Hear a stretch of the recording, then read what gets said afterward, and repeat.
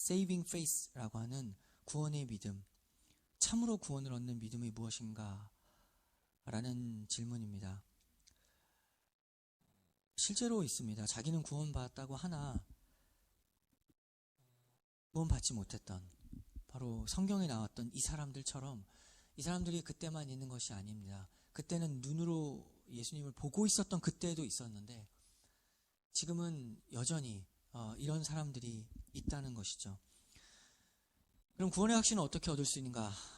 만약 평생을 자기는 죽어서 천당에 간다라고 확신하면서 사는데 마지막 심판대에서 지옥에 떨어진다면 그걸 어떻게 책임질 수 있는가?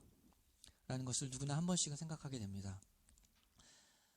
그리고 또 어떤 사람들은 말하죠. 그렇게 두려워 떨면서 사는 것이 신앙생활이 아니다라고 누군가 그렇게 가르치고 또 그렇게 믿고 사는 사람들이 많이 있습니다.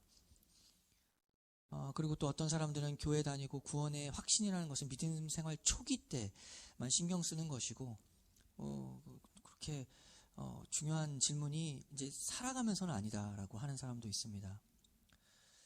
어떻게 생각하는 것은 다 자유입니다. 그렇게 생각하든 어떻게 생각하든지 간에 각자의 판단과 상황 그리고 신앙의 연륜, 경험에 따라 다르겠지만 결국 중요한 질문 한 가지는 무엇이냐면 참으로 구원의 믿음이 무엇인가라는 질문에 대한 답을 가지고 있어야 됩니다. 그리고 그 확신을 어떻게 가지고 있는가, 그리고 구원받은 자로서 이 삶을 어떻게 주께 헌신하며 드리고 있는가, 그리고 참으로 구원받은 믿음의 열매를 지금 맺어가고 있는가라는 질문은 그 어떤 상황 속에서도 각자가 다를 수 있지만 그 어떤 상황 속에서도 그 질문에 대한 대답을 가지고 있어야 됩니다. 사람에 따라 어떤 사람은 구원의 확신을 아직은 잘 얻지 못하는 사람이 있을 수 있고 어떤 사람은 신앙이 오래돼서 그것에 대해서 중요하게 생각하지 않을 수 있습니다. 각자 다를 수 있지만 이 질문에 대한 대답은 분명히 가지고 있어야 됩니다. 참으로 많은 사람들이 구원의 믿음을 오해하며 살아왔고 이것은 지금도 마찬가지입니다. 방금 읽었던 마태복음 7장 22절을 보면은 아주 주의해야 할 표현이 한 가지가 나옵니다. 그것은 무엇이었냐면 그날에 많은 사람들이 나더러 이르되라는 말씀입니다. 그러니까 영어로도 many로 아주 정확하게 많은 사람들이라고 했고 헬라어도 폴리우스라고 해서 아주 대부분의 많은 사람들이 물어봤다라는 것. 실제로 많은 사람들이 오해합니다. 대부분의 사람이. 많은 사람들입니다. 대부분의 사람들은 그 시간까지 마지막 심판 때까지 자기가 바른 줄로 생각하고 행해온 일들을 주님께 말합니다. 그 사람들은 그 행위가 주님께 영접받을 조건이 된다고 착각합니다. 그 말을 주의해서 자세히 보면 이것은 아예 믿지 않는 사람들이 아닙니다. 믿지 않는 사람들, 불신자들은 주님께 이렇게 물어볼 것도 없고 대답할 것도 없습니다. 내가 이렇게 했습니다 라는 걸 물어볼 것이 없습니다.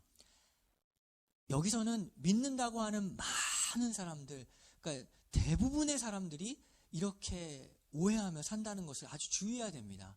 아유, 어떻게 그럽니까? 아니, 성경에서 대부분의 사람들이 오해하며 산다고 말한 것이 사실이다. 많은 사람들이 그렇게 오해하며 살아갑니다.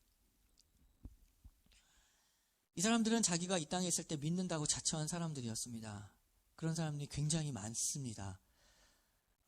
예수님을 주님으로 주여 주여 부르고 있지만 그것이 커다란 오해였다는 사실이 밝혀지게 됩니다. 참으로 구원에 이르는 신앙은 이 사람들이 말한 것처럼 주의 이름으로 선지자 노릇하며 귀신 쫓아내며 권능 행하는 일 같은 것이 기준이 아닙니다. 분명히 해둬야 될 것은 이러한 일들이 구원의 신앙을 보증하는 것이 아니다라는 사실입니다. 그들이 말한 내용을 들어보면 이 행위가 굉장히 중요한 사항은 맞습니다. 종교적으로 중요한 사항이죠. 이 사람들은 전파했습니다. 하나님의 나라의 일을, 진리를 가르쳤다. 이걸 전파한 것인데 아주 중요한 일들을 한 사람입니다. 그러니까 교회에서 아주 중요한 일을 감당한 사람들입니다. 교회에서 중요한 일들을 말하는 일들을 하는 사람들, 그것 자체가 구원의 보증은 아닙니다. 리더다, 선교사다, 목사님이다, 전도사님, 장로다, 집사다, 안수 집사. 그리고 교회 어렸을 때부터 자랐다, 연륜이 많다. 그리고 제일 말이 안 되는 말, 모태신앙. 이건 없는 말이죠. 자꾸만 쓰는데 선교사라서 이런 일을 했습니다. PPT로 사람들 앞에 보고하더라도 이것이 아무런 구원의 증거가 되는 것이 아닙니다. 마지막 날에 이런 것들을 내세우는 것 자체가 이미 구원받지 못했다는 증거가 됩니다. 참으로 구원의 신앙을 가진 사람이라면 마지막 날에 자기의 업적을 얘기할 수 있을까라는 생각을 해봐야 됩니다. 이 사람들은 예수님 만났을 때 자기의 업적을 얘기하는데, 예수님 참으로 믿는 사람이 예수님을 만났을 때 하는 첫 마디의 질문이, 그리고 고백이 나의 업적을 얘기할 수 있을까라는 것 자체가 이미 벌써 하나님을 모르고 있다는 사실이 됩니다. 그 사람들은 마지막 심판날에 천당에 들어갈 조건이 이것이라고 생각한 바로 그 자체, 예수님을 만나서 하는 말 그 자체가 이미 하나님을 모르고 있다라는 사실, 그 무지, 하나님을 모르는 것이 죄이기 때문에 그 무지 자체가 불법을 행한 증거가 됩니다. 그 말 자체가 지금. 그래서 예수님께서는 그들에게 이렇게 말씀하셨죠. 그때 내가 그들에게 밝히 말하되 내가 너희를 도무지 알지 못하니 불법을 행하는 자들아 내게서 떠나라. 이렇게 예수님 앞에서 자신의 그 종교적 업적을 내세우는 것이 구원의 충분 조건이라고 생각하는 사람은 실제로 예수님 모르는 사람입니다. 생각해 보세요. 내가 예수님을 그렇게 보고 싶었던데 그 만났을 때 하는 얘기가 자기의 업적이 나올 수가 있겠습니까? 하나님을 아는 사람이 그 말이 나올 수가 없는 것이죠. 근데 이 말이 나왔다는 건 하나님을 모르고 있다는 증거가 된 것입니다. 이 사람들 정말 실제로 아무런 관계가 없는 사람들이었습니다. 하나님을 알지 못했죠. 알지 못하기에 그런 말을 한 것입니다. 요한복음 17장 3절을 보면 영생은 곧 유일하신 참 하나님과 그가 보내신 예수 그리스도를 아는 것이다. 예수님을 참으로 알지 못하기에 자기가 아는 것을 말할 수밖에 없습니다. 자기가 아는 것은 자기가 한 것을 자기가 아는 것이죠. 자신의 업적이 자기가 아는 것이었습니다. 그래서 그 말을 하게 됐던 것이고 그것은 불법을 행하는 자였습니다. 불법은 무엇이냐면 하나님의 법을 어기는 것, 그것이 죄입니다. 죄가 하나님의 법을 어기는 것인데, 성경에서 보는 죄라는 것은 많은 경우에 하나님의 법에 대한 순종이 결핍된 것을 의미합니다. 하나님이 보여주시는 그 바른 길에서 떠나는 일이 죄고 불법이다. 하나님의 법이 무엇입니까? 하나님의 법에서 떠나는 것이 죄라고 했습니다. 그렇다면 하나님의 법이 무엇인가를 먼저 생각해 봐야 됩니다. 하나님의 법이 무엇입니까? 하나님의 법의 가장 중요한 요구라는 것은 결국에는 사랑입니다. 하나님의 법은 사랑입니다. 이렇게 성경을 요약했죠. 마태복음 22장 35절에서 39절을 보면은 한 율법사가 예수님께 율법의 가장 중요한 것이 무엇이냐라고 물어봅니다. 그 중에 한 율법사가 예수를 시험하여 묻되 선생님, 율법 중에서 어느 계명이 크니이까? 예수께서 이르시되 내 마음을 다하고 목숨을 다하고 뜻을 다하여 주 너의 하나님을 사랑하라 하셨으니 이것이 크고 첫째는 계명이요 둘째도 그와 같으니 내 이웃을 내 자신같이 사랑하라. 두 가지로 요약을 했는데 대상이 다르지만 가장 중요한 것은 사랑이라는 공통점이 있습니다. 사랑이 하나님의 법의 가장 큰 요구입니다. 사랑입니다. 하나님의 법에 순종하지 않는 사람은 결국에 그 생각, 그 언어, 그리고 행동과 표정, 그리고 생활에 있어서 하나님의 사랑이 다 없습니다. 사랑이 없다라는 것이 굉장히 심각한 일이라는 것을 우리가 스스로 생각해야 됩니다. 아무리 교회를 오래 다니고 성경 많이 보고 매일 큐티를 할지라도 하나님을 사랑해서 하는 것이 아니라면 그것이 불법입니다. 사랑에 대한 이런 바울의 설명이 있죠. 고린도후서 13장 1절 내가 사람의 방언과 천사의 말을 할지라도 사랑이 없으면 소리나는 구리와 울리는 꽹과리가 되고 내가 예언하는 능력이 있어 모든 비밀과 모든 지식을 알고 또 산을 옮길 만한 모든 믿음이 있을지라도 사랑이 없으면 내가 아무것도 아니요 내가 내게 있는 모든 것으로 구제하고 또 내 몸을 불사르게 내줄지라도 사랑이 없으면 내게 아무 유익이 없느니라. 동일하죠. 주여 주여라고 했던 이 사람들은 실제로 이런 능력 그리고 모든 것을 구제하고 내 몸을 불사르게 내어준 희생한 사람들입니다. 이 사람들이 그냥 아무것도 안 한 사람들이 아니라 종교적으로 굉장히 희생한 사람들입니다. 그러나 사랑이 없었죠. 신앙의 색깔도라는 것이 있는데 어떤 사람은 주여 삼창을 굉장히 싫어하는 사람도 있습니다. 이러면서 이런 얘기를 하죠. 하나님 귀가 먹었냐? 왜 이렇게 소리 지르냐? 뭐 그게 신앙이냐? 자연스러워야지. 그래서 뭐 이렇게 하면 그 사람의 자연스러움은 뭔지 알겠죠? 그리고 은근히 방언 부정한 사람도 있습니다. 이렇게 떠드냐는 거죠. 말씀이 있는데, 계시가 이미 있는데. 그리고 보수적인 교회에서는 아직도 찬송에서 춤추는 것 있잖아요. 그거 굉장히 막 거룩하지 않게 보는 사람들도 있습니다. 그런 것 때문에 사실 문제가 이게 관점의 문제가 많아요. 서로 싸우는데 이런 거 가지고 싸웁니다. 그런데 좀 말씀을 봐야 됩니다. 정작 문제가 무엇이냐면 주여 삼창이 뭐가 문제입니까? 여기 성경에도 주여 주여 나와 있는데 뭐가 문제냐면 사랑이 없이 외치는 주여 삼창 이게 문제입니다. 기계적인 반복으로 어떤 분위기를 몰아가잖아요. 어떤 통성 기도할 때 그런 분위기 몰아가는 식의 주여 삼창은 안 됩니다. 사랑함으로 주님을 사랑함으로 외치는 것이냐라는 것이죠. 그게 중요한 문제죠. 뭐 주여 삼창 하고 안 하고의 문제가 아닙니다. 우리 신앙생활에 이런 어떤 그 편견이 많아요. 근데 성경으로 돌아가서 주님이 가장 중요하게 생각하신 사랑입니다. 여러분 소음이 된다라는 것이죠. 기계적 반복의 어떤 주여 삼차 그것은 중언부언하는 것이며 우리에게 예수님께 소음이 됩니다. 예수님께서는 울리는 꽹과리와 같다. 이런 것들이 사랑이 없는 소리 외침이라는 것은 시끄러운 소름이다. 주여 삼창 좋습니다. 해야 됩니다. 사랑함으로 주님께 부르짖는 것이죠. 사랑이 없는 설교가 문제죠. 사랑이 없는 찬양이 문제였습니다.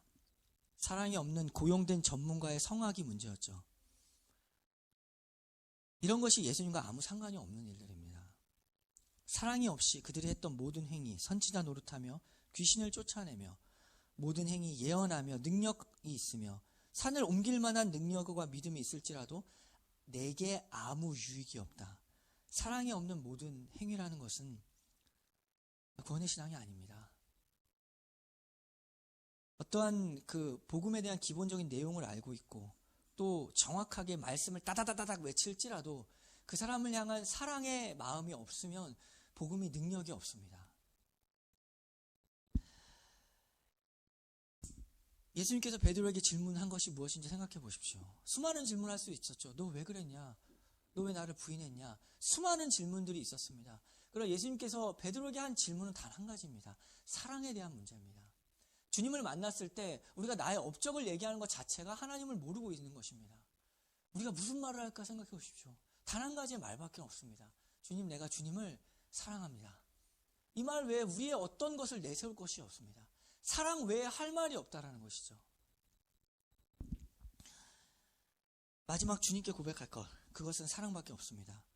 우리가 스스로에게 신중하게 물어야 할 것은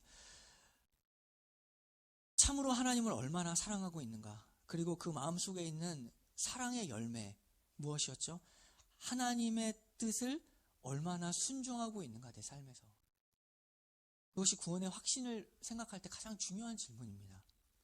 요한복음 14장 21절에서 나의 계명을 가지고 지키는 자라야 나를 사랑하는 자니 나를 사랑하는 자는 내 아버지께 사랑을 받을 것이요 나도 그를 사랑하여 그에게 나를 나타내리라. 이렇게 말씀에 정확히 나와 있는 것처럼 사랑하는 자는 나의 계명을 지키는 자입니다. 마태복음 7장 21절도 마찬가지였죠. 나더러 주여 주여 하는 자마다 다 천국에 들어갈 것이 아니요 다만 하늘에 계신 내 아버지의 뜻대로 행하는 자라야 들어가리라. 참으로 주를 사랑하는 자가 천국에 들어가는 것입니다. 그렇다면 우리는 우리의 삶에서 하나님의 뜻을 얼마나 알고 있는가? 그리고 나의 관심, 나의 삶을 통해 하나님이 무엇을 이루려고 하시는가?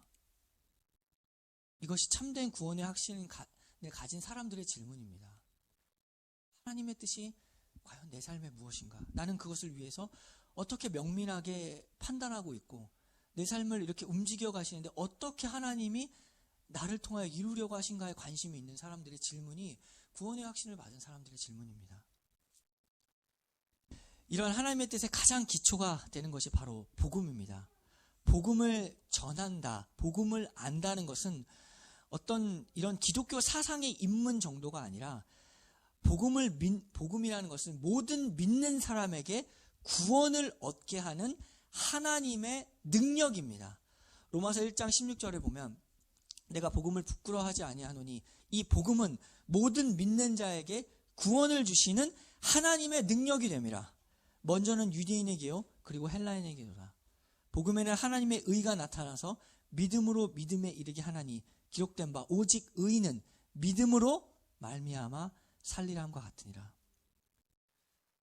우리가 먼저 하나님의 능력을 체험하고 그 능력으로 인한 삶의 열매, 기쁜 소식의 열매, 구원의 기쁨. 세상에 이런 기쁨이 없다. 이렇게 완전한 기쁨이 없다라는 것으로 우리가 그 참된 확신을 가지고 나서야만 복음이 능력 있게 전파됩니다. 그 대학교 동아리 단체 중에서도 그 조이라는 단체가 있는데 수많은 단체 이름이 있지만 조이라는 이름을 왜 했는가? 기쁨이라는 것은 예수님 믿는 사람에게 나오는 큰 그 증표와 열매입니다. 우리는 살아가면서 기쁨의 인생을 삽니다. 조이라는 것을 택한 그 기쁨이 굉장히 중요한 열매입니다.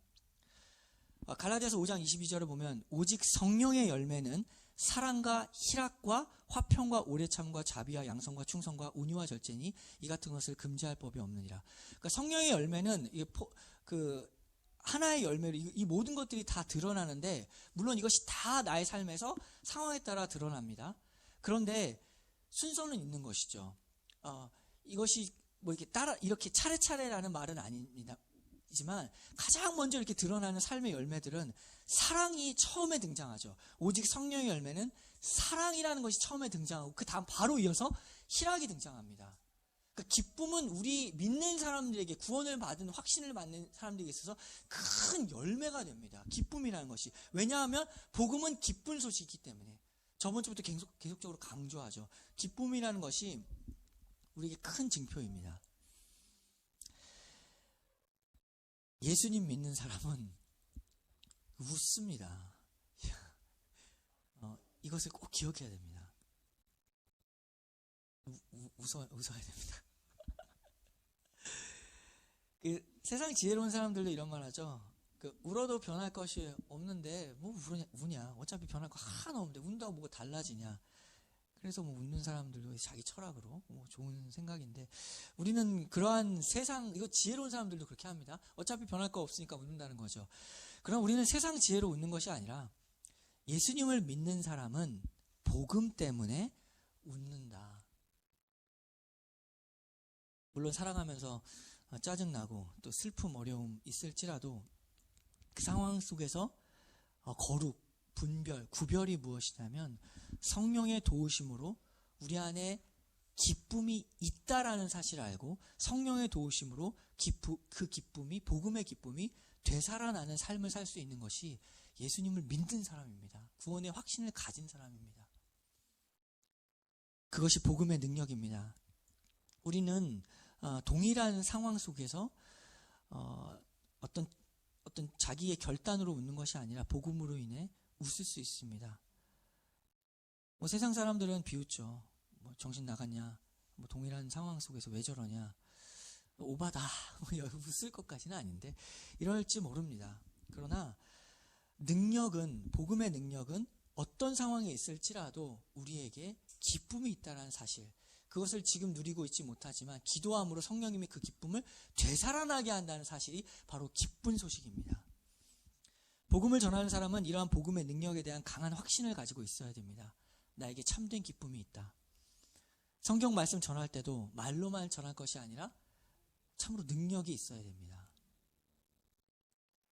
하나님의 나라는 말에 있지 아니하고 오직 능력에 있음이라. 이 능력은 나에게 있는 것이 아닙니다. 하나님 나라에 있다는 사실을 기억하고 자기의 무능력과 무가치함을 알고 내가 내세울 업적이라는 것은 처음부터 아무것도 없다는 사실 속에서 하나님의 사랑에 감사하며 그 사랑에 감동하며 하나님께 모든 것을 맡겨야 합니다. 나의 입술, 내가 전할 때 나의 표정, 나의 행동, 손가락의 행동, 손을 어떻게 하고 모든 행동들 다 주님께 쓰시는 그릇이 되도록 완전히 주님께 맡겨야 합니다. 그런 사람을 하나님께서 쓰시고 복음을 능력 있게 참되게 증거하게 하십니다. 오늘 읽었던 말씀처럼 갈라디아서 2장 20절 내가 그리스도와 함께 십자가에 못 박혔나니 그런즉 이제 내가 사는 것이 아니요 오직 내 안에 그리스도께서 사시는 것이라. 이제 내가 육체 가운데 사는 것은 나를 사랑하사 나를 위하여 자기 자신을 버리신 하나님의 아들을 믿는 믿음 안에서 사는 것이라.